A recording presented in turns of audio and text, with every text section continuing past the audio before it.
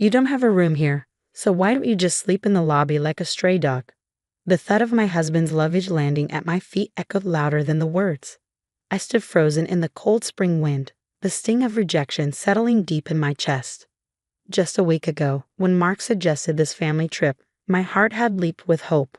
Maybe I thought he was finally starting to accept me as part of the family. I poured my soul into preparing for this trip, thinking it was my chance to be acknowledged. But now I see it for what it is, an illusion. A sudden shove from behind jolted me forward, slamming my shoulder into a marble column in the lobby. "Oh, Anna, you're just standing there in the way," my sister-in-law Gemma sneered, her voice honeyed with mock concern. "Maybe you should curl up in a corner, like the stray dog you are." Her smirk was cruel as she relished my discomfort. Behind her, I saw Mark carefully carrying Gemma's luggage, not even sparing me a glance. "Move to the far corner of the lobby," he said coldly. "Your presence only embarrasses us." With that, he walked away, shoulder to shoulder with his sister, their laughter echoing as they disappeared into the elevator. "Isn't this better than being outside in the cold?" My mother-in-law Heather chimed in, her voice sharp with derision. "Compared to being homeless, the lobby is a luxury." She sauntered past me, her laughter grating and unkind. I stared at the marble tiles beneath my feet, my vision blurred. They had reserved 3 rooms, making it clear that I wasn't welcome. For years, I had endured their cruelty, swallowing every insult and slight.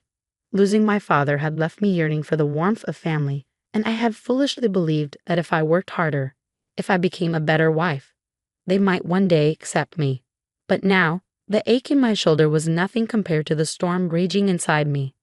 Under the chandelier's cold, glittering light, I gripped my phone tightly. Something inside me was breaking, crumbling under the weight of their disdain. I took a deep breath, steadying my trembling hands. "My name is Anna James," I whispered to myself. 35 years old, a full-time housewife. I had married Mark 3 years ago, starry-eyed at the idea of becoming part of a new family.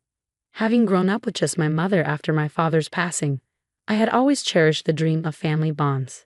Since my 20s, I had been quietly investing in stocks, building up a $5 million portfolio. It was a deeply personal achievement, something I had never felt the need to share, not even with Mark. But everything changed one night in our first year of marriage when he came home, drunk and desperate. Through tears, he confessed to a massive gambling debt, claiming he couldn't repay it on his salary. Moved by his vulnerability, I decided to trust him. I revealed my savings, thinking it might strengthen our bond. The very next day, Mark changed. He bragged to his mother and sister about my financial success as if it were his own accomplishment. The man who had seemed so vulnerable the night before now wore a smug grin, his words hollow with pride. "Anna," he would say each month, "I'm a bit short again. Can you help?" At first, I gave in, convincing myself that marriage was about sharing burdens. But Mark spent the money recklessly, without gratitude or thought. Golf clubs, expensive outings, his indulgences piled up while his resentment simmered beneath the surface. "You're lucky to have a wife as generous as Anna," he boasted to Gemma and Heather, their sly glances betraying their envy and disdain. What they didn't know was that I had quietly been paying Gemma's $1,200 rent for years after Mark begged me to help her. "My mom's struggling," Anna he'd said, his voice laced with guilt. "I feel terrible not being able to do more." It didn't stop there. Heather, too, leaned on me financially. Her comments were veiled in sarcasm, her demands wrapped in the pretense of family unity. "Mark is lucky to have married someone wealthy," she'd say, the words cutting in their simplicity. I endured it all, every insult, every ungrateful demand, because I thought family was worth the sacrifice. My embroidery had been my one solace, a skill passed down from my mother. The cherry blossom piece we had stitched together before her passing hung in my study, a reminder of her love.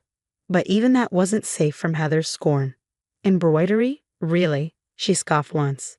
"Such an old-fashioned hobby, like something a grandma would do."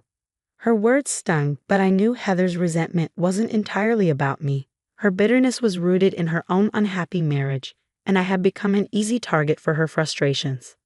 "Anna, you'd never understand," she'd say, her tone dripping with disdain. "Without kids or a job, you don't know what real struggles are."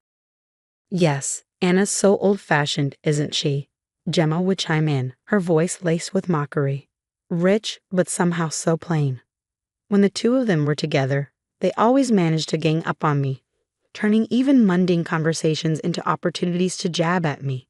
Mark, as usual, brushed it all off with a vague laugh. He had grown up in a single-parent household, and I knew he would never confront his mother. Sometimes he even joined in, laughing as Heather and Gemma mocked me. When we first married, I believed I could nurture a strong bond with his family. I listened to Heather's complaints, helped Gemma financially, and made every effort to strengthen our ties. In the beginning, things seemed promising. Mark was respectful of my success. Gemma was considerate, and Heather treated me like a sister. But over time, everything twisted. Mark's demands grew incessant, Gemma's dependency deepened, and Heather's bitterness sharpened. I held on, convincing myself they would one day understand and accept me. "Thank you, Anna," Gemma would say, smiling sweetly. "I'll make sure to pay this month's rent by tomorrow." But the money never came from her account. Month after month, I deposited $1,200 directly to her landlord to keep her from losing her apartment. "Mom, are you sure you've handled the rent?" I overheard Mark asking Heather once. "Oh, I'm managing just fine," she replied breezily. "I never want my son to worry about me." Her words stung, knowing full well that she relied on me financially while pretending otherwise. I could never bring myself to tell Mark the truth. The weight of their expectations hollowed me out. Mark's obliviousness, his mother's manipulation, and his sister's malice began to wear me down. Embroidery became my escape. With every stitch, I felt a connection to my late mother, as though her spirit sat beside me, guiding my hands. It was a fleeting but precious comfort. But even that refuge wasn't safe from intrusion. "Anna, why don't we all have tea together?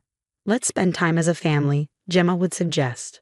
If I declined, her glare was sharp enough to cut. "How dare you act this way? Aren't we family?" Heather would pile on. "Isn't family important to you, Anna?" Even Mark didn't stand by me. "Why can't you just get along with my mom and sister?" he'd say with exasperation. Their scorn seeped into every corner of my life. What had once been a source of joy, my embroidery, now felt like an indulgence I wasn't allowed to have. Each prick of the needle became a reminder of guilt and judgment. My home, which should have been my sanctuary, was suffocating. One evening, as I sat in silence, Mark approached me. "Anna, I want to get new golf clubs," he said, his tone casual but insistent. When I hesitated, his expression darkened. "Oh, I get it. Someone from a poor background like me doesn't deserve anything nice, right?" And then there was Gemma. Her calls were no longer surprising. "I could really use help with rent again this month," she'd say, her tone feigning gratitude. Without a word, I transferred the payment directly to her landlord. One day, as I made yet another transfer, something snapped. "Mom, is that a new handbag?" Mark's voice startled me.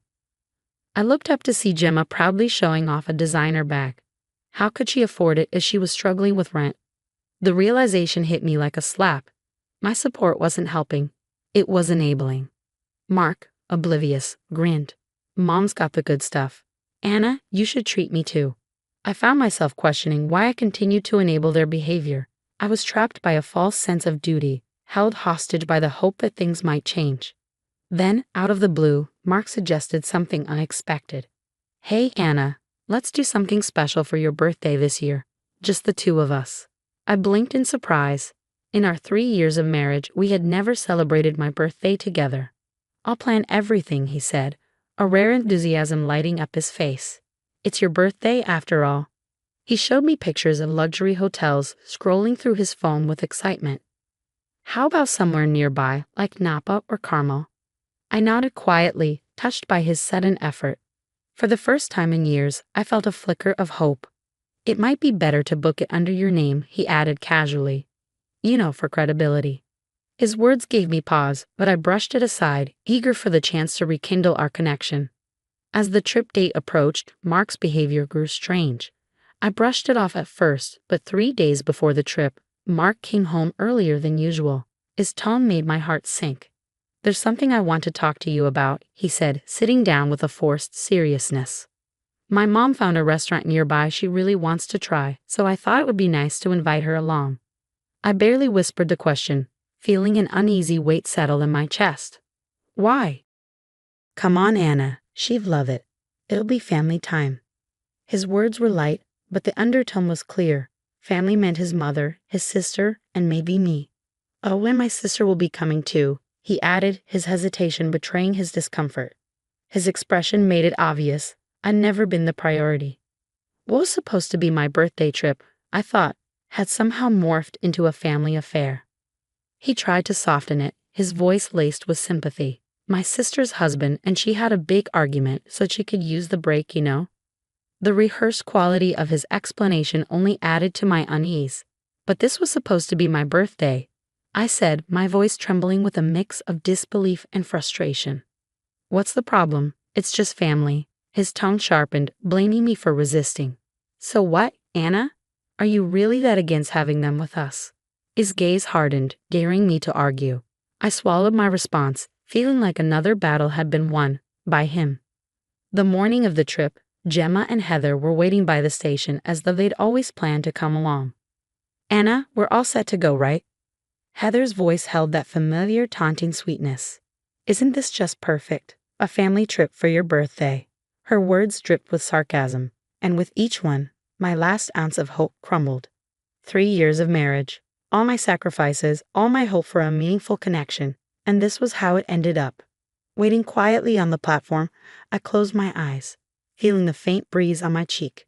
Oh, Mark, I'd love one of those nice lunches. Heather's voice pierced through the quiet deliberately loud. She looped her arm through Mark's, ignoring me completely. Sure, Mom, I'll pay, Mark said, already focused on them. He held out his hand to me without so much as a glance. I handed over my wallet, feeling the sting of his disregard. I'll have the shrimp stir-fry, just like Mark's order, Heather said with a self-satisfied look as she placed her order. Same for me. Nothing like family enjoying the same thing, huh? Gemma and Heather exchanged smug grins, leaving me on the outside of what was supposed to be my special day. On the train, Mark sat between his mother and sister, with me relegated to a separate seat across the aisle. So Mark, last night was awful. My husband, well, you know how he is, Gemma complained, her voice cutting through the air. I sat quietly, the weight of their words pressing down on me. And Anna, without kids or a career, you wouldn't understand what I go through. True. Anna's got it easy, doesn't she? They both laughed, and Mark gave a small chuckle, as though it was all harmless. By the time we reached the hotel, they had shattered any illusion of a warm birthday celebration. Hello, Mr. James, your reservation includes 2 rooms, the receptionist said. Mark turned to me, a smug smile curling on his lips. Oh, Anna, I only booked 2 rooms. Mom and I will share one, and my sister has her own. Where am I supposed to stay? I asked, trying to keep my voice steady. There's enough room for you. But hey, the lobby has some comfy couches. Lucky you, right? He grinned, his words dripping with insincerity. Gemma and Heather laughed openly, not even trying to hide their satisfaction. Look on the bright side, Anna. Better here than outside in the cold like some stray dog, Heather mocked. Mark grabbed my wallet again, extracting a few bills. Don't worry, Anna. We'll grab some drinks in your honor. Without a second glance, he walked off with his mother and sister, leaving me standing alone in the lobby. As they left, a strange calm settled over me. It was a turning point. I took out my phone and sent a quick message to a contact. Is there anything we can help with, Miss James? Yes, actually, I responded, a faint smile tugging at my lips. I spoke to the owner, and he assured me I'd be well accommodated. The hotel staff's demeanor changed instantly, recognizing the hotel owner's name. We're terribly sorry, Miss James. Let me alert the manager immediately. I watched as they scrambled to assist me, finally feeling a hint of satisfaction as they upgraded me to the presidential suite. A private dinner was arranged, and I was treated like the only guest that mattered. By the time Mark and his family realized where I was already enjoying a gourmet meal alone in quiet luxury. Mark sent panicked texts, but I ignored them. His growing frustration added to my quiet triumph. For once, I enjoyed my birthday free from their scrutiny, knowing this was the beginning of my freedom. The next morning, I left the hotel as quietly as I had arrived, having settled everything on Mark's credit card. It was time to take my life back, leaving them to deal with their own pettiness. The staff's polite smiles as I departed made me feel more supported than my own family ever had. On the train back, I turned off my phone, not wanting to be disturbed by the inevitable frenzy awaiting them at the hotel. A few hours later, Mark and his family were in a panic. "This has to be a mistake. Just wait a minute." Mark's face went pale as the front desk explained the charges. His realization dawned. His card had maxed out. What kind of woman would do this to her husband? Heather screeched. "She's just shameless. How could she leave us here with this bill?"